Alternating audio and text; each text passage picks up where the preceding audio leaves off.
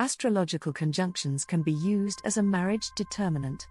If you decide to date for marriage, you should know that the number one romance and marriage synastry aspect is when the man's moon conjuncts the woman's Mars. A man heavily depends on his moon sign in the selection of a marriage partner. Based on one astrologer's statistical findings of 500 celebrity couples synastry, she concluded that there is a 93% chance of marriage when a dating couple has a man's moon conjunct a woman's Mars. However, when the reverse is observed, as in a woman's moon in conjunction with the man's Mars, despite it being the number one baby maker in synastry, the statistical findings were that it only led to marriage 50% of the time. To note, Travis Barker's moon in Aries is conjunct to Kourtney Kardashian's Mars in Aries within a 2-degree orb, and they recently wed. Travis' moon is also in the same sign of Aries as Kourtney's sun, and although it is a wide orb, they will still feel the warm feelings from that aspect as well. Travis is constantly being caught on camera giving Kourtney beautiful glances of love and admiration. By contrast, Khloe Kardashian's moon is conjunct to Tristan Thompson's Mars, and they have 2 children together, and as of the date of this article, they have yet to wed and are actually separated at the moment. Since I myself am dating for marriage, I have now decided to only date men whose moon conjunct my Mars, marriage aspect, and whose Mars conjunct my Sun, camaraderie aspect. After blocking approximately 300 prospective online daters based solely on ill-matching synastries, I'm currently happily dating a man who fits the profile. My boyfriend's moon is conjunct within a 1-degree orb to my Mars. My Sun is conjunct his Mars within a 2-degree orb.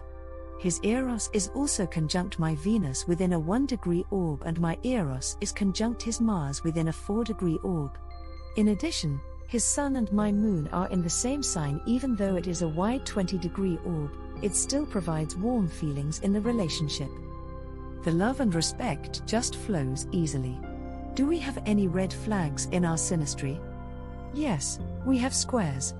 In fact, we have Venus square Mars and the dreaded Mars square Pluto, but we never once have so much as given an unkind glance to each other.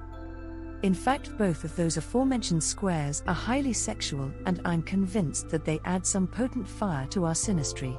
We laugh with each other constantly, and there is never a dull moment. The lovemaking is on point, perfection. Relationships with Moon-Mars conjunctions are extremely favorable for marriage. The statistical study concluded that the more often a man's moon conjunct a woman's Mars, the greater the likelihood of marriage. This demonstrates the importance of a conjunction to a man's moon sign from the woman in a relationship. The study shows that men want understanding from the perspective of their moon sign more than in any other location in their chart.